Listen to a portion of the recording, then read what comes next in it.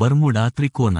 Bermuda ತ್ರಿಕೋನ, ಹೆಸರಾಗಿ ಶಾಪಿತ ತ್ರಿಕೋನ ಎಂದು ಕರೆಯಲ್ಪಡುವುದು, ಅಟ್ಲಾಂಟಿಕ್ ಮಹಾಸಾಗರದಲ್ಲಿ ಫ್ಲೋರಿಡಾ, ಬರ್ಮುಡಾ ದ್ವೀಪ ಮತ್ತು ಪ್ಯೂರ್ಟೋ ರಿಕೋ ನಡುವಿನ ಪ್ರದೇಶವನ್ನು ಸೂಚಿಸುತ್ತದೆ. ಈ ಪ್ರದೇಶದಲ್ಲಿ ಅನೇಕ ವಿಮಾನಗಳು ಮತ್ತು ಹಡಗುಗಳು ನಿಗೂಢವಾಗಿ ಕಣ್ಮರೆಯಾಗಿರುವಂತಹ ಘಟನೆಗಳ ಬಗ್ಗೆ ಹಲವಾರು ವರದಿಗಳು ಇವೆ. ನಿಮ್ಮ ಗಮನಾರ್ಹ ಘಟನೆಗಳು: ಫ್ಲೈಟ್ 19 ರಿಂದ 1945ರಲ್ಲಿ ಅಮೆರಿಕಾದ ನೌಕಾಪಡೆಯ 5 ಟೋರ್ಪಿಡೋ ಬಾಂಬರ್ ವಿಮಾನಗಳು ಶಸ್ತ್ರಾಸ್ತ್ರ ಅಭ್ಯಾಸದ ವೇಳೆಯಲ್ಲಿ ಈ ಪ್ರದೇಶದ ಮೇಲೆ ಹಾರುತ್ತಿದ್ದಾಗ ನಿಗೂಢವಾಗಿ ಕಣ್ಮರೆಯಾದವು. ಎಲ್ಲಾ 14 ಸೈನಿಕರು ಕಣ್ಮರೆಯಾಗಿದ್ದು, ಬರ್ಮುಡಾ ತ್ರಿಕೋನದ ಮಾಯೆಯ ತೊಡಗಿಸಿಕೊಂಡಿದೆ ಎಂದು ಹಲವರು ನಂಬುತ್ತಾರೆ. ಯುಎಸ್ಎಸ್ ಸೈಕ್ಲಾಪ್ಸ್ 1918ರಲ್ಲಿ 309 ಸಿಬ್ಬಂದಿ ಹೊಂದಿದ್ದ ಅಮೆರಿಕಾದ ನೌಕಾಪಡೆಯ ಯುಎಸ್ಎಸ್ ಸೈಕ್ಲೋಪ್ಸ್ ಹಡಗು ಬರ್ಮುಡಾ ತ್ರಿಕೋನದಲ್ಲಿ ಕಣ್ಮರೆಯಾಯಿತು. ಯಾವುದೇ ತುರ್ತು ಸಂದೇಶ ಅಥವಾ ಹಡಗಿನ ಅವಶೇಷಗಳನ್ನು ಕಂಡುಹಿಡಿಯಲು ಸಾಧ್ಯವಾಗಿಲ್ಲ.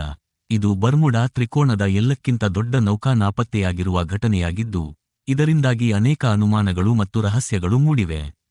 ದ ವಿಚ್ಕ್ರಾಫ್ಟ್ 1967ರಲ್ಲಿ ದ ವಿಚ್ಕ್ರಾಫ್ಟ್ ಎಂಬ ಸಂತೋಷ ಹಡಗು ಮಿಯಾಮಿ ನದಿಯಿಂದ 1.6 ಕಿಲೋಮೀಟರ್ ದೂರದಲ್ಲಿ ಬರ್ಮುಡಾ ತ್ರಿಕೋನದಲ್ಲಿ ನಾಪತ್ತೆಯಾಗಿತ್ತು. ಬೋಟ್ನ ನೌಕಾನಾಯಕರು ತುರ್ತು ಸಂದೇಶವನ್ನು ಕಳುಹಿಸಿದ ನಂತರ ಹಡಗಿನ ಯಾವುದೇ ಅವಶೇಷಗಳನ್ನು ಪತ್ತೆ ಮಾಡಲಾಗಲಿಲ್ಲ.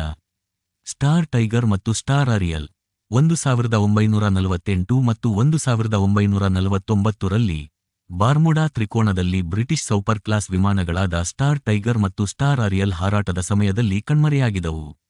ಈ ಪ್ರದೇಶದಲ್ಲಿ ಇಂತಹ ಕಣ್ಮರೆಯಾದ ಘಟನೆಗಳು ಬರ್ಮುಡಾ ತ್ರಿಕೋನದ ರಹಸ್ಯವನ್ನು ಇನ್ನಷ್ಟು ಗಾಢಗೊಳಿಸಿವೆ.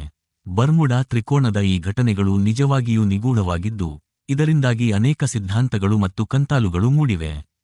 ಕೆಲವರು ಈ ಪ್ರದೇಶದಲ್ಲಿ ನೈಸರ್ಗಿಕ ಶಕ್ತಿಗಳು ಅಥವಾ ಮಂಗಳ ಅಥವಾ ಅನ್ಯಜೀವಿಗಳ ಹಸ್ತಕ್ಷೇಪವನ್ನು ಕಾರಣ ಎಂದು ನಂಬುತ್ತಾರೆ. ಇತರೆ ಕೆಲವು ಜನರು ಈ ಘಟನೆಗಳನ್ನು ಸಮಯದ ನಡುವಿನ ಪ್ರಾಕೃತಿಕ ವೈಷಮ್ಯಗಳು, ಹವಾಮಾನದಲ್ಲಿ ತೀವ್ರ ಬದಲಾವಣೆ ಅಥವಾ ಮಾನವೀಯ ದೋಷಗಳಿಗೆ ಸಂಬಂಧಪಟ್ಟ ಕಾರಣಗಳಿಗೆ ಸಂಬಂಧಿಸುತ್ತವೆ ಎಂದು ಸಮರ್ಥಿಸುತ್ತಾರೆ. ಈ ಬಗ್ಗೆ ಎಷ್ಟುಲೇ ಸಂಶೋಧನೆಗಳು ನಡೆದರೂ ಬರ್ಮುಡಾ ತ್ರಿಕೋನದ ನಿಜವಾದ ಕಾರಣ ಇನ್ನೂ ಗೊತ್ತಿಲ್ಲ. ಇದು ಹಲವರಿಗೆ ಆಕರ್ಷಕ ಮತ್ತು ಭಯಾನಕ ವಿಷಯವಾಗಿಯೇ ಉಳಿಯುತ್ತಿದೆ.